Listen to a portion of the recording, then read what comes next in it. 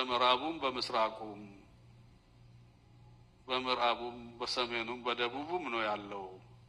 ትኩረት የተደረገበት ኢትዮጵያ ኦርቶዶክስ ተዋሕዶ ቤተክርስቲያን ላይ ነው እስከመቼ ድረስ ነው የሚል እስከመቼ ድረስ ነው የበላይነቷን ይዛ የምትጓዘው እስከመቼ ድረስ ነው የሚል ነገር ነው ያለው ሰዎች አላወቁልንም እንጂ ብዙ ትግል አለ ብዙ መከራ አለ ብዙ ፈተና አለ ስለዚህ ይሄንን ተባብረን ታግለን አንድ ሆነን የማስተካከል ነገር ያስፈልጋል ያው ችግሩ ያው አሁን የመጣው ጦርነት ነው ባለፈው ጦርነት ነበረ አሁን እንደገና ደግሞ አገረሸ ግን ወገኖቻችን በግራም በቀኝም እየረገፉ ነው ያሉት ሁሉም ወገኖቻችን ናቸው ይሄ በጣም የሚያሳዝን ነው በሀገራችን ላይ ይሄ መከሰቱ በእኛ ዘመን ይሄ መከሰቱ በጣም ያሳዝናል አሁን እዛ በዛ በኩል ሲጀመር ኦሮሚያም ጀምሯል በዚያ በኩል ያሉትም ደግሞ ልክ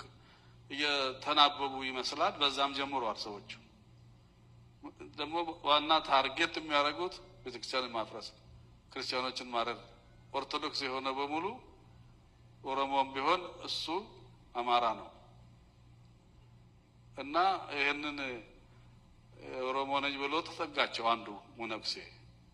ሲጠጋቸው ምንድነው አንተ ኦሮሞ ነኝ ኦሮሞ ከሆንክማ ይሄንን ስጋ በላሉት በጾም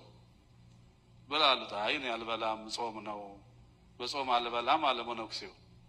አይ ካልበላህማ አንተ ኦሮሞ አይደለህም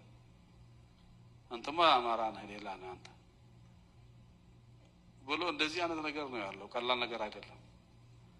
እና በዚህ ምክንያት በዚያም ተነስቶ አሁን እየተካሄደ ነው ያለው ብዙ ችግር እየተፈጠረ ነው ያለው ስለዚህ ገንዘብ መርዳት ብቻ ሳይሆንም ደግሞ መጸለይ ያስፈልጋል